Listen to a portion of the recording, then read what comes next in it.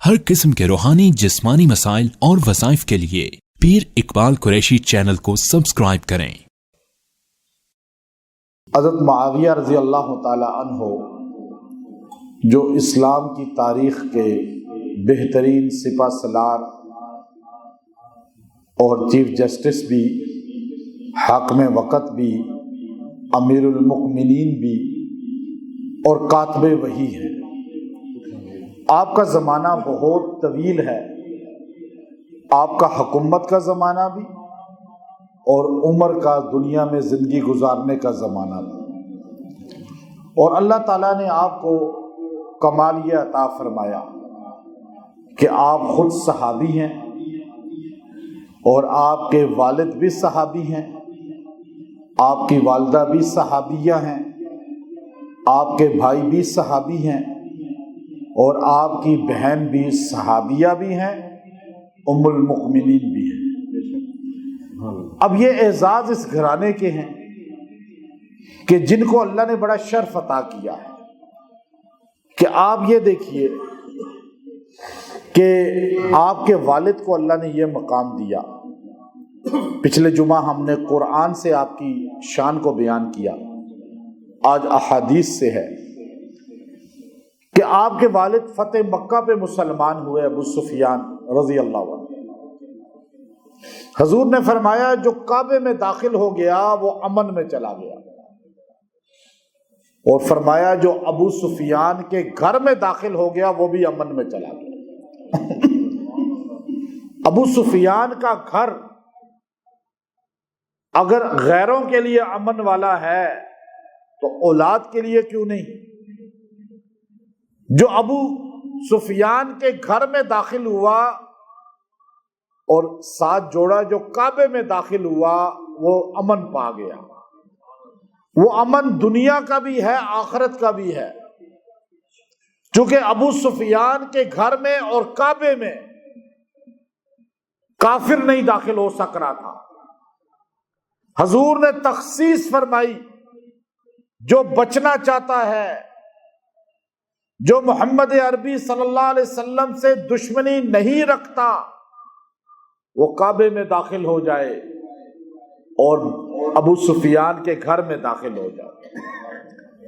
آپ آج کا اسکالر کہہ رہے ہیں کہ ابو سفیان اور ان کا خاندان دشمنی رکھتے تھے رسول اللہ صلی اللہ علیہ وسلم سے، ادھر رسول اللہ صلی اللہ علیہ وسلم بخاری شریف کی حدیث بتا رہی ہے کہ جو کعبے میں داخل ہوا، آج بھی مسجد میں داخل ہونے والا امن پاتا ہے نہیں، اور کعبے میں داخل ہونے والا اور ابو سفیان کے گھر میں داخل ہونے والا، یہ حدیث ایک پتہ چل گئی۔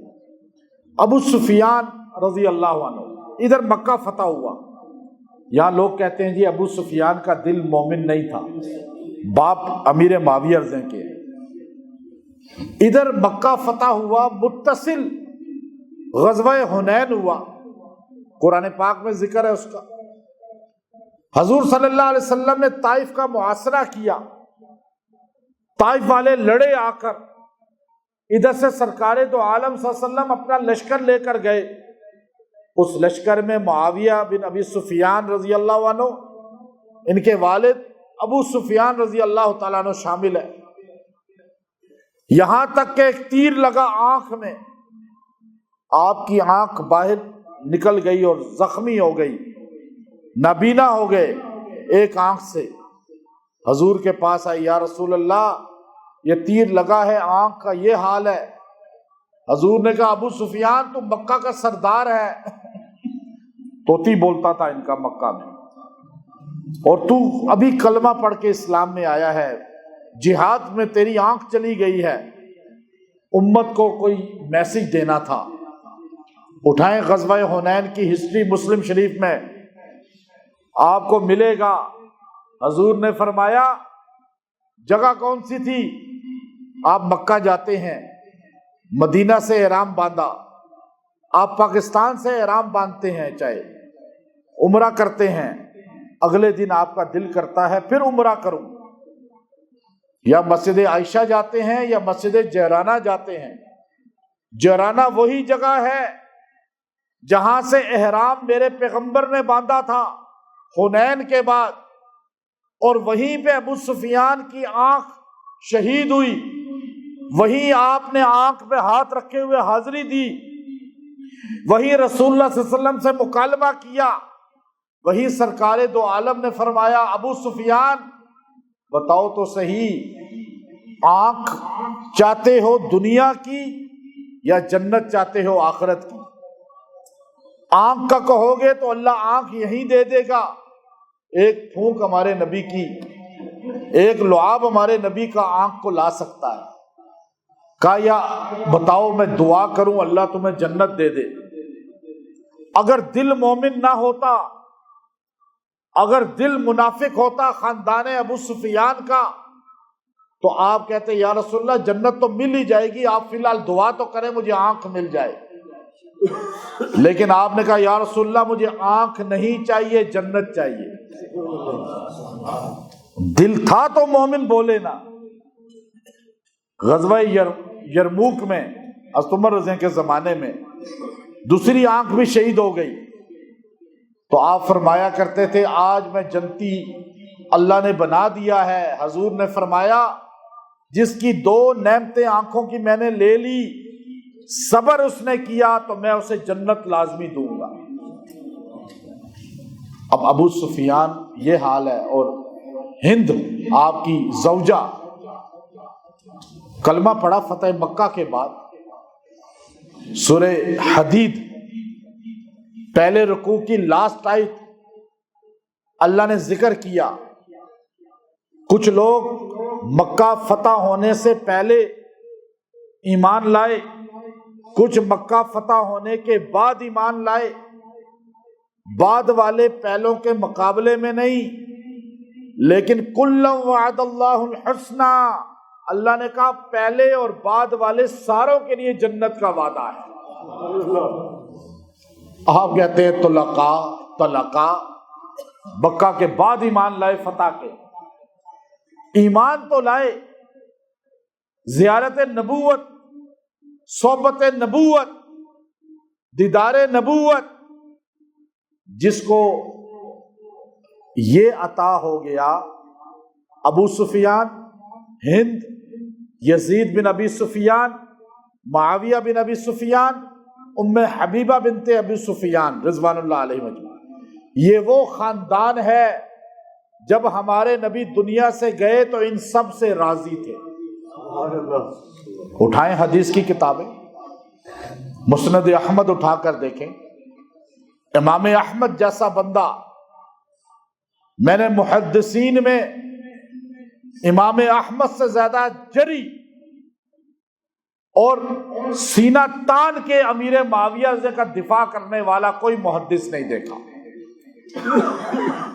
مسند احمد کا ایک ایک ورقہ دلالت کرتا ہے، اور عبداللہ ابن مبارک رئیس المحدثین، امام بخاری کے استادوں کے بھی استاد، بلکہ امام بخاری کے ڈائریکٹ استاد، امام مسلم کے استاد، امت کا ایک بہت بڑا نایاب سرمایہ، اس طرح معاویہ بن رضی اللہ عنہ کا دفاع کرتے تھے۔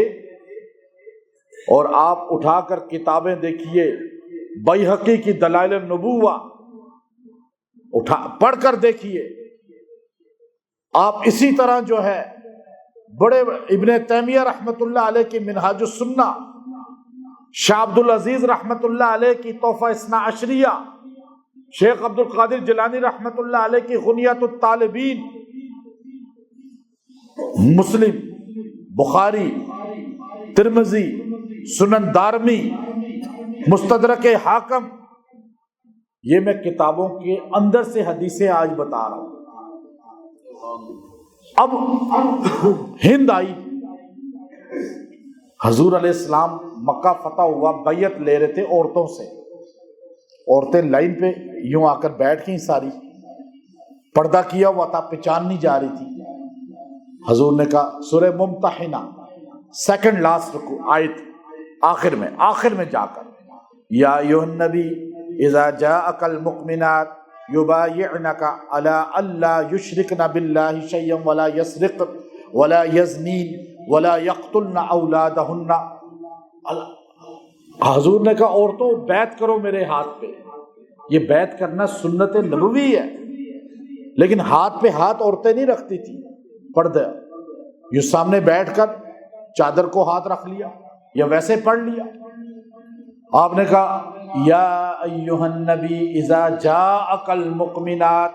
تمام دنیا کے مفسرین کی کتاب تفسیر اٹھائیں، یہاں اذا جاءک المؤمنات سے مراد ہند جو زوجہ ابو سفیان ہے اور والدہ امیر معاویہ رضی اللہ عنہ.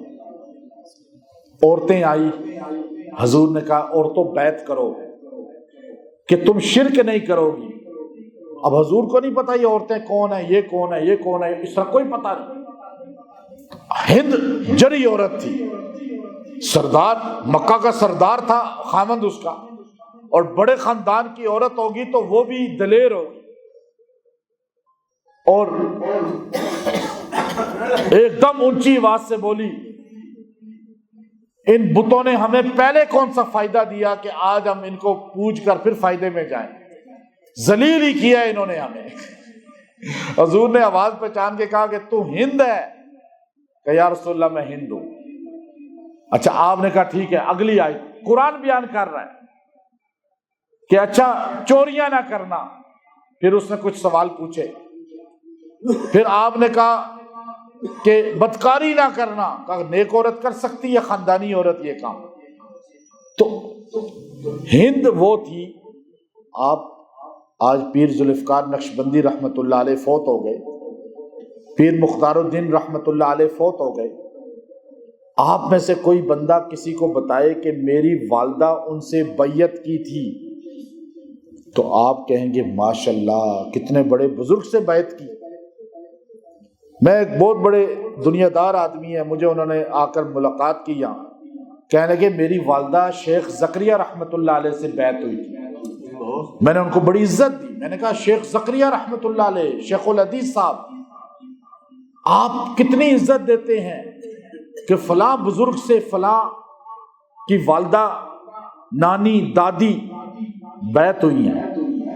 تو وہ بندہ جس کی ماں رسول اللہ سے بیعت ہوئی، جس کو کلمہ بیعت پیغمبر اعظم نے پڑھایا، جن کی بیعت کا ذکر خلاق کائنات نے قرآن میں بیان کیا، اس کی شان کتنی زیادہ ہوگی، اس کی عظمت کتنی زیادہ ہوگی.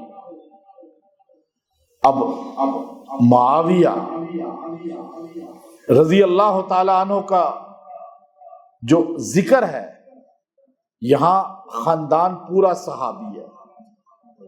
حضور صلی اللہ علیہ وسلم کے ساتھ بیٹھے ہوئے تھے، سنن دارمی کے اندر ہے، پیچھے بیٹھے ہوئے تھے، اور آپ کا پیٹ ذرا بڑا تھا، قد لمبا تھا، چہرہ سفید شباب تھا، بال بہت ہی اس طرح بڑے اور ترتیب سے ایسے بنائے ہوئے تھے، اور سٹائل اتنا اعلیٰ ہوتا تھا کہ آپ کو دیکھ کر عمر رضی اللہ تعالیٰ عنہ کہتے تھے کہ یہ ہمارے پاس رومیوں کے لیے کیسر روم کی طرح کا مقابلے کا آدمی ہے. جیسے وہ ٹھاٹھ والا ہے اور اس کی ہیبت ہے، اللہ نے اس کو وہ جلال دیا ہے کہ یہ کیسر روم کو بھی سبق سکھائے گا. اور ایسا ہوا. ایک بندہ مرنے لگا. علامہ ذہبی سیر اعلام النبلاء میں لکھتے ہیں ایک بندہ مرنے لگا، بڑا مالدار آدمی تھا. اس نے کہا کہ میری اولاد ہی نہیں ہے، بچہ ہی کوئی نہیں ہے، بیٹا بیٹی کوئی نہیں ہے، بیوی مر گئی ہے، بہن بھائی بھی کوئی نظر نہیں آ رہا. اپنے ایک نیک آدمی کو بلایا محلے کے، اس سے کہا یہ جتنی میری دولت ہے نا یہ تم امانت رکھو اپنے پاس اور جاؤ کیسر روم کے علاقے میں. جہاں رومی بھاگ کے گئے ہیں ترکی کی طرف، آگے اسپین کی طرف. یہ میں ان جگہوں پہ اکثر پہ گیا ہوں میں جہاں کیسر روم نے اپنے محل اور خفیہ بنائے ہوئے تھے، اور اس جگہ بھی گیا ہوں جہاں یہ واقعہ پیش آیا، ابھی سنا رہا ہوں آپ کو. تو اس نے کہا کہ آپ جاؤ وہاں جا کے تلاش کرو، کہیں کوئی مسلمان قیدی جیل میں پڑا ہوا ملے جس کی دیت، جس کا قصاص، فدیہ کوئی ادا نہ کر سکتا ہو، میرے مال سے ادا کر کے اسے رہا کر دے۔ اس آدمی نے وصیت کے مطابق، وہ زمانہ تھا نا، آج اگر مل جاتا نمازیوں کو بھی وہ پیسہ تو کیا کرتے، تہجد گزار بھی آج کل کے فراڈ کرتے ہیں، نمازی بھی، حاجی بھی، عام لوگ بھی، خیانت پیسے میں، قرضہ لے کے واپس نہ کرنا۔ لیکن وہ زمانہ تھا حضور کے زمانے کے قریب کا، صحابہ کا زمانہ، صحابی زندہ تھے۔ جتنے اللہ والے اٹھتے جا رہے ہیں نا، یہ زمانہ خرابی کی طرف جا رہا ہے۔ وہ بندہ رومی کے علاقے میں چلا گیا، اب پیسے رکھے ہوئے پھر رہا ہے۔ اس نے کہا کوئی قیدی ایسا ہو، جب پوچھا تو انٹیلیجنس والوں نے اسے اٹھا لیا۔ یہ بندہ قیدیوں کا پوچھ رہا ہے، بادشاہوں کا، بادشاہ سلامت، یہ بندہ ہے جاسوس ہے کوئی، اور پیسہ اس کے پاس بہت ہے، نکلا بادشاہ کے سامنے پیش ہو گیا۔ بادشاہ نے کہا تو کون ہے؟ اس نے کہا مجھے تو وصیت کی تھی مرتے ہوئے آدمی نے کہ کوئی قیدی ہو مسلمان تو یہ پیسے سے اسے رہا کرا لینا، شاید تمہارے ملک میں جیلوں میں کوئی بے قصور مسلمان قیدی ہو۔ بادشاہ نے اس کو غور سے دیکھا اور اسے کہا تمہاری بات پہ میں حیران ہو چکا ہوں کہ کیا ہمارے پاس کوئی مسلمان قیدی جیل میں رہ سکتا ہے؟ کیسر روم کا گورنر کہہ رہا ہے۔ اس نے کہا جی نہیں رہ سکتا۔ کہا نہیں۔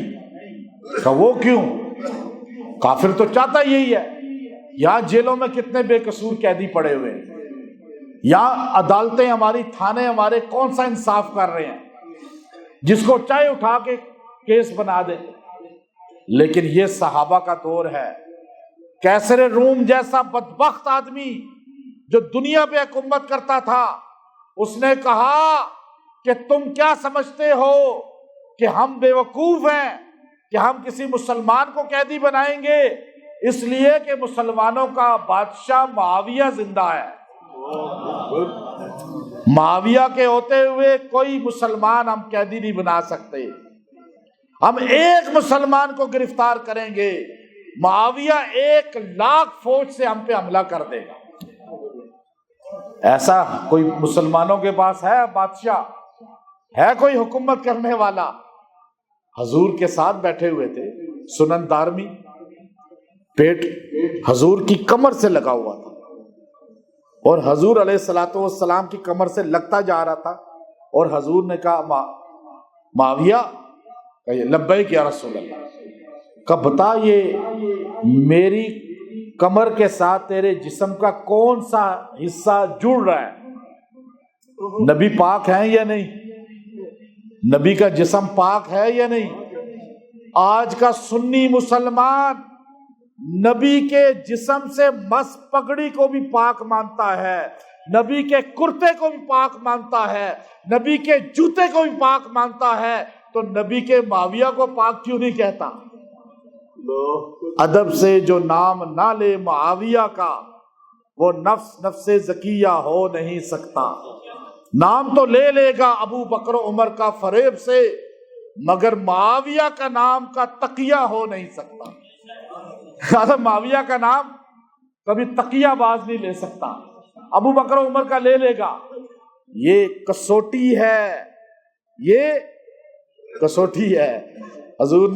حضور کا جسم پاک ہے، حضور کے جسم سے جڑنے والا بھی، نبی کے روزے میں سونے والا بھی پاک ہے یا نہیں؟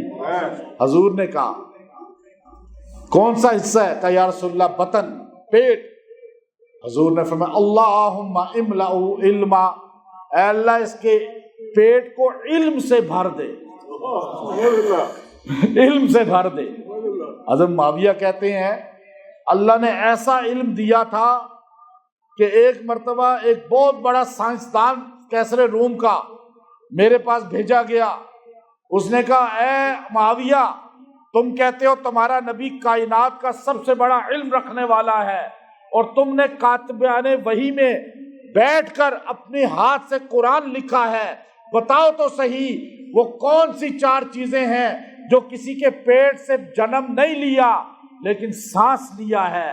معاویہ رضی اللہ عنہ نے فرمایا ان ہاتھوں نے قرآن لکھا ہے، نبی کا ان آنکھوں نے دیدار کیا ہے، ان کانوں نے نبی سے کلام سنا ہے، اللہ نے وہ علم نبی کی دعا سے دیا ہے۔ ایک آدم ہے جو بغیر کسی کے بطن سے پیدا ہوئے، زندہ ہوئے اور سانس لیا، اور ایک وہ مینڈھا ہے جو اسماعیل علیہ السلام کے لیے جنت سے آیا، وہ کسی پیٹ سے پیدا نہیں ہوا، سانس لیا، اور ایک اونٹنی ہے صالح علیہ السلام کی، اور وہ بھی اسی طرح جو ہے وہ کسی کے بطن سے پیدا نہیں ہوئی لیکن اس نے سانس لیا۔ ایک وہ موسیٰ علیہ السلام کا عصا ہے جو سانپ بنا تھا، ساروں کو نگل گیا لیکن کسی کے پیٹ سے پیدا نہیں ہوا۔ اس نے کہا کہ جس نبی کا صحابی اتنا علم والا ہے وہ نبی کا علم کتنا ہوگا۔ اللہم املا علما، اے اللہ اس کو علم سے بھر دے۔ حضور علیہ السلام، اور لوگ کہتے ہیں جی حضرت معاویہ کی شان میں تو حدیث ہی کوئی نہیں۔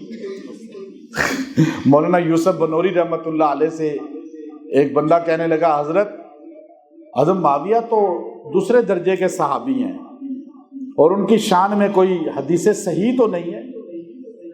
اچھا یہ بات ذہن نشین کر لیں، ملا علی قاری رحمۃ اللہ علیہ نے لکھا ضعیف حدیثیں اگر کسی کی شان میں راویان کی کثرت اور کبار اولیاء سے منقول ہو جائیں تو وہ بھی درجہ جو ہے مضبوطی میں آ جاتی ہے، لیکن معاویہ رضی اللہ عنہ کی شان میں مولانا یوسف بنوری فرمانے لگے تو کہتا ہے کوئی حدیث صحیح نہیں ہے، ایک حدیث سناتا ہوں خالی، مان لے گا؟ اس نے کہا ایک بھی بتاؤ تو مان لوں گا۔ آپ نے کہا ایک حدیث پھر سن، بخاری شریف میں بھی ہے، کنز العمال میں بھی ہے، مسند احمد میں بھی ہے، اور اللہ کے پیغمبر صلی اللہ علیہ وسلم کیا فرماتے ہیں؟ آپ نے فرمایا اللہم اجعلہ ہادیا مہدیا واہد بہ، اے اللہ معاویہ کو ہادی بنا دے، مہدی بنا دے، آگے ہدایت کا ذریعہ بنا دے۔ حدیث بخاری خاص شان معاویہ، امام احمد کی کتاب مسند احمد، کنز العمال، بڑی کتابیں، سند صحیح، اور علامہ البانی آج کے سب سے بڑے عربوں کے امام، عالم، حدیث پر جرح کرنے والے، صاف لکھتے ہیں حدیث صحیح۔ ابن تیمیہ نے حدیث صحیح، یہاں تک کہ دنیا کے ہر محدث نے بخاری کی حدیث کو کون ضعیف کہہ سکتا ہے؟ اور اللہ نے کیا کہا؟ آپ امام مہدی کا انتظار کر رہے ہیں یا نہیں؟ اور ہر روز امام مہدی پیدا ہو رہے ہیں یا نہیں؟ کبھی کوئی لکھتا ہے جی پیدا ہو گئے، کوئی کہتا ہے جی آنے والے ہیں، اور آپ مجھے بتائیں امام مہدی آئے تو آپ ان کے ہاتھ پہ بیعت کریں گے یا نہیں کریں گے؟ ہاتھ کھڑا کر کے بتائیں، جو امام مہدی کے ہاتھ پہ بیعت کرنے والے کریں گے نا؟ وہ مہدی آئیں گے، آ چکے ہیں یا آئیں گے؟ سارے بولے آئیں گے، آئے نہیں ہیں، لیکن جو مہدی گزر گیا ہے اس پر تو ایمان لائے نا۔ وہ مہدی آئیں گے جن کو رسول اللہ نے کہا حضور کی نسل میں پیدا ہوں گے، حسنی ہوں گے، اور جن کو زبان نبوت نے مہدی کہا، اس مہدی کو گالی دینے والا جہنمی ہے یا نہیں؟ اس مہدی کا انکار کرنے والا بھی جہنمی، جو قیامت کے قریب آئیں گے۔ وہ مہدی جس کو رسول اللہ نے ہادیا مہدیہ کہا، اس کا انکار کرنے والا بھی جہنمی۔ حضور نے کہا اللہ معاویہ کو ہادی بنا دے، مہدی بنا دے، اور آگے لوگوں کا ہدایت کا ذریعہ بنا دے۔ اب یہ حدیث صحیح بخاری کوئی انکار کر سکتا ہے؟ اب بتائیں اس کو۔ حضور علیہ السلام وضو کرنے کے لیے بیٹھے، حضور علیہ السلام نے یہ اوپر کیا۔ اب آپ مجھے بتائیں، آپ کسی بزرگ کو وضو کرائیں، کسی بڑی شخصیت کو وضو کرائیں، آپ میرے ابا جی نے فلاں کو وضو کرایا، آپ کتنی شان والا اسے سمجھتے ہیں۔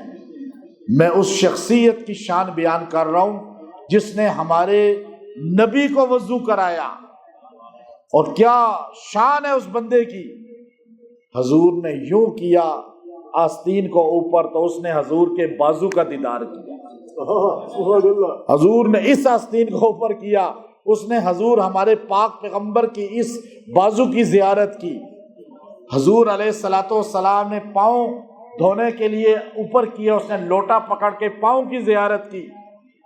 حضور نے مسح کے لیے یوں کیا تو حضور کی واللیل والی زلفوں کی زیارت کی۔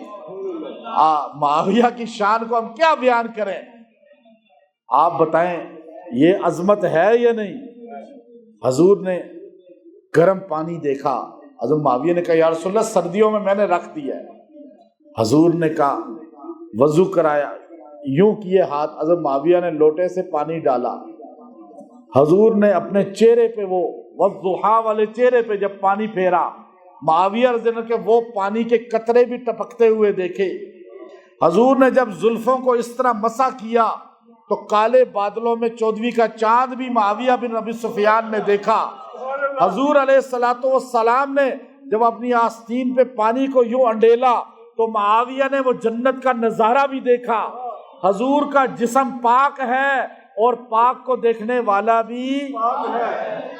اب مجھے بتائیں ہم معاویہ کی شان بیان کیوں نہ کریں؟ اب یہ حدیث بھی مسند احمد میں، حدیث کی کتابوں میں حضور نے وضو جب پورا کر لیا، حضور نے حضرت معاویہ کی طرف دیکھا، جس نے نبی کو دیکھا وہ بھی جنتی، اور جس کو محبت سے نبی نے دیکھا وہ بھی جنتی۔ اب مجھے بتائیں حضور نے یوں دیکھا وضو کر کے اور تازہ دم، مجھے بتائیں وضو کر کے ہمارے نبی نے دعا دیتے ہوئے فرمایا یا معاویہ ان ولیتم الامر فاتق اللہ، معاویہ اللہ تجھے بادشاہت دے گا، تو نے نبی کو وضو کرایا ہے، بادشاہ تیرے نیچے بیٹھے ہیں۔ آج علماء بھی تو کہتے ہیں، علماء کو بھی کہا جاتا ہے۔ قاضی احسان اللہ شجاع آبادی تھے، خطیب پاکستان، جب گورنر جنرل نے ان کو 1953 میں ختم نبوت کے لیے علماء کی میٹنگ بلائی تو جب یہ جانے لگے تو گورنر جنرل نے جوتے سیدھے کیے۔ قاضی احسان اللہ شجاع آبادی کہنے لگے استاد نے سچ کہا تھا۔ تو علماء مولانا لال حسین اختر، مولانا عطا اللہ شاہ بخاری اور مفتی محمود، بڑے بڑے علماء اس زمانے کے، فرمانے لگے حضرت استاد جی نے کیا کہا تھا آپ کو؟ کہا ایک دن استاد بخاری پڑھا کے ہٹے تو میں نے جوتے سیدھے کیے، استاد نے کہا بیٹا جا اللہ بادشاہوں سے تیرے جوتے سیدھے کرائے۔ جو نبی کی حدیث پڑھانے والے کے جوتے سیدھا کرے تو اس کے جوتے بادشاہ سیدھے کرتے ہیں، اور جو نبی کی اپنے جوتے سیدھے کرے، جو نبی کو خود وضو کرائے، جو نبی سے یوں دعائیں لے، اس کی شان کتنی زیادہ ہوگی۔ حضور نے فرمایا اللہم علمہ الکتاب، اللہ معاویہ کو کتاب کا علم دے دے، وقہ العذاب، اللہ معاویہ کو عذاب سے بچا لے، اور پھر فرمایا ومکن لہ فی البلاد، اللہ معاویہ کو شہروں پہ حاکم بنا دے۔ اللہ نے ایسے دنیا میں پھیلا دیا کہ ایک شہر دوسرا شہر 40,000 شہر آباد کیے، 65 لاکھ مربع میل پر اسلام کا پرچم لہرایا۔ حاسد کیوں نہ ہو؟ اذا اراد اللہ نشر فضیلۃ طویت عطاها لها لسان حسود، یہ حضرت معاویہ ہی کا قول ہے۔ آپ فرمایا کرتے تھے اذا اراد اللہ نشر فضیلۃ طویت عطاها لها لسان حسود، جب اللہ تعالی کسی کی بڑائی فضیلت کو عام کرنا چاہتے ہیں تو اس کے لیے لوگوں کی زبانیں کھول دیتے ہیں اور اس کے حاسد زیادہ ہو جاتے ہیں۔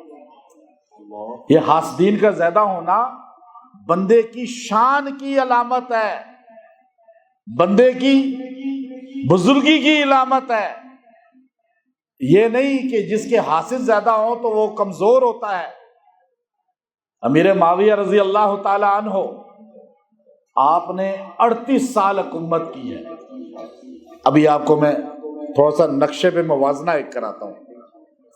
حضور علیہ السلام دنیا سے گئے تو 11 لاکھ مربع میل پہ 9 لاکھ مربع میل پہ حکومت تھی, اسلام پھیلا تھا. اس کے بعد ابو بکر صدیق رضی اللہ عنہ کے دور میں 11 لاکھ مربع میل, حضرت عمر رضی اللہ عنہ کے دور میں 22 لاکھ مربع میل, حضرت عثمان رضی اللہ عنہ کے دور میں 44 لاکھ مربع میل, حضرت علی رضی اللہ عنہ کے دور میں 44 لاکھ ہی رہی آپس کی خانہ جنگی کی وجہ سے. حضرت معاویہ رضی اللہ عنہ کے زمانے میں 65 لاکھ مربع میل, نصف دنیا سے زیادہ, 3 بر اعظم سے زیادہ اسلام کے اندر داخل ہوئے. اب حضرت ابوبکر صدیق نے 2 سال حکومت کی, حضرت عمر نے خلافت 10 سال کی, حضرت عثمان نے 12 سال کی, حضرت علی نے 5 سال کی, حضرت معاویہ نے 38 سال کی. اب آپ مجھے بتائیں 2 سال خلافت والے کے بھی حاسد کتنے ہیں؟ در در میں ہیں یا نہیں؟ 10 سال والے کے بھی حاسد بہت ہیں, 12 سال والے کے بھی حاسد بہت ہیں, 5 سال والے کے بھی حاسد بہت ہیں, لیکن سب سے زیادہ 38 سال والے کے حاسد ہیں, کیونکہ اس کا دور زیادہ لمبا تھا. جتنا آپ نے فتوحات کی, کافر منافق اتنا آپ کے مخالف ہوتے چلے گئے. اذا اراد اللہ نشر فضیلت طویت عطاها لها لسان حسود, اتنی ہی زبانیں آپ کے خلاف کھلتی چلی گئیں. یہودی کہنے لگے ہمیں وہ نقصان محمد عربی نہیں پہنچا سکے, بخت نصر نہیں پہنچا سکا, ہمیں وہ نقصان عمر, عثمان و علی نہیں پہنچا سکے جو معاویہ بن ابی سفیان نے پہنچایا ہے, کہ ہم جہاں جاتے تھے ہمارے پیچھے پہنچتا تھا, یہاں تک کہ ہمیں 1400 سال در بدر کی ٹھوکریں معاویہ نے کھلائی. آج معاویہ رضی اللہ تعالی عنہ ان کے حاسد زیادہ ہیں. کیوں؟ حکومت کا دور جو زیادہ تھا. آپ اپنے دور حکومت میں دیکھ لیں, جو 5 سال پورا کرتا ہے اس کے حاسد زیادہ ہوتے ہیں نا, جو 2 سال بعد چلا جاتا ہے اس کے حاسد اور کم ہوتے ہیں. یہ دنیا کا نظام ہے. حضرت معاویہ رضی اللہ تعالیٰ عنہ کی شان میں حضور علیہ الصلوۃ والسلام نے بے شمار فضیلت کی احادیث کو بیان کیا, اور آپ کے لیے بے شمار جگہ اللہ رب العزت نے جو ایک تو کاتبان وحی میں آپ کو شامل کیا, اور پھر آپ کی شان سب سے بڑی یہ ہے کہ آپ رسول اللہ صلی اللہ علیہ وسلم کے برادر نسبتی بھی ہیں. ام حبیبہ رضی اللہ تعالیٰ عنہ کے آپ بھائی ہیں.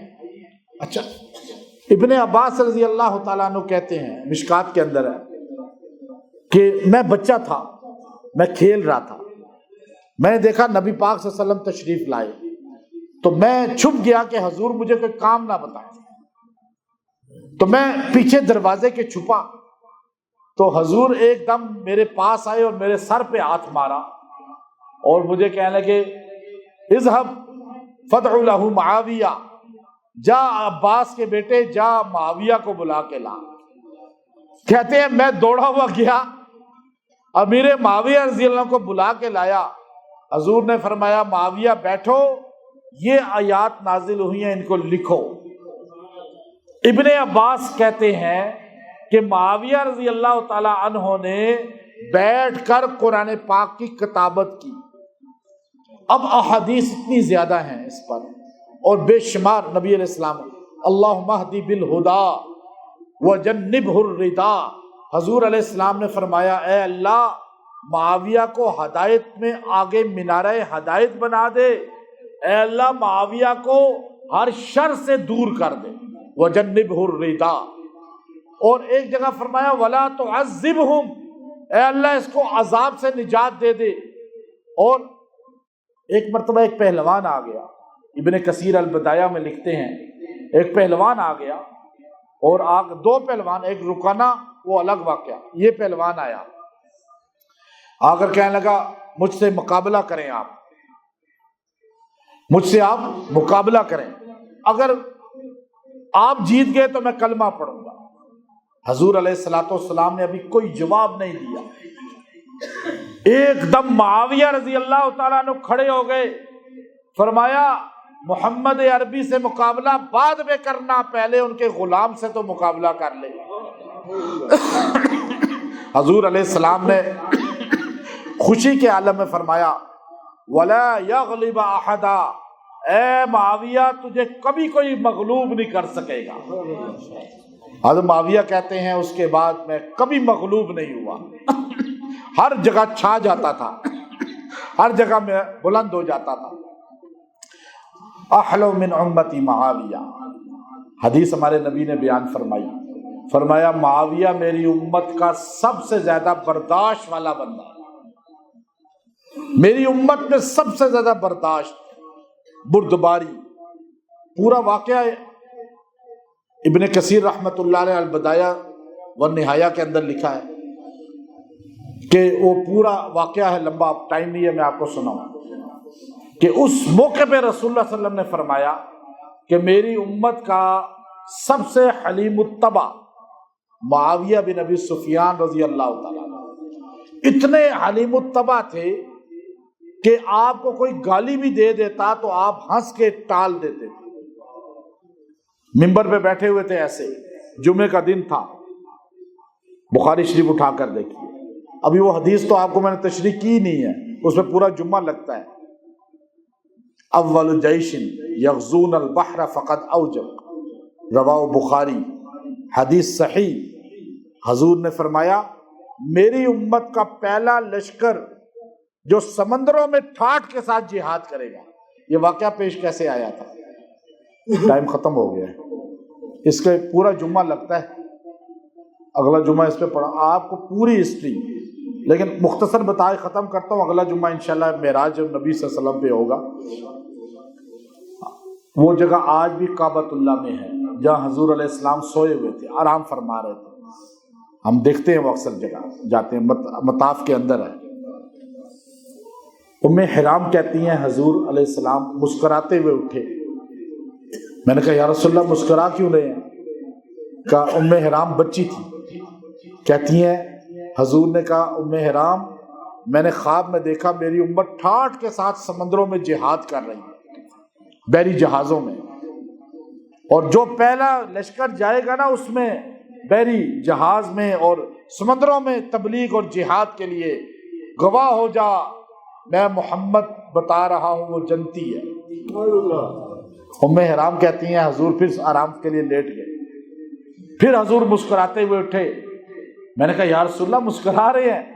فرمایا ایک اور لشکر بھی دیکھا ہے، اور ام حرام نے پہلے کہہ دیا یا رسول اللہ دعا کریں میں اس میں ہوں، آپ نے دعا کر دی تھی۔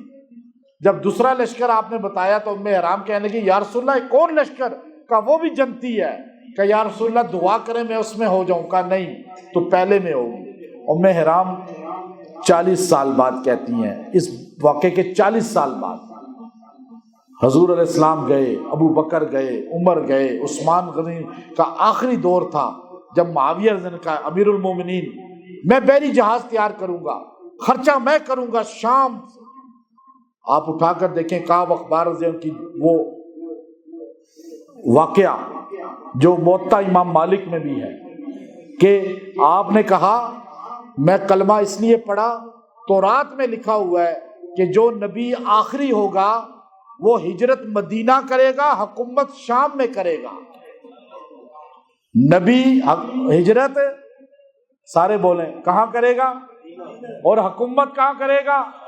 شام پہ حکومت نبی کے غلام کی ہوگی، تورات میں لکھا ہوا تھا امیر شام تیری جاہ و منزلت کی قسم، تیری شان تیری عظمت کا ڈنکا بجا کے چھوڑوں گا، تیرے نام سے جو جلتے ہیں ملحد و زندیق ان کو خدا کے غضب سے ڈرا کے چھوڑوں گا۔ وآخر دعوانا الحمدللہ رب العالمین۔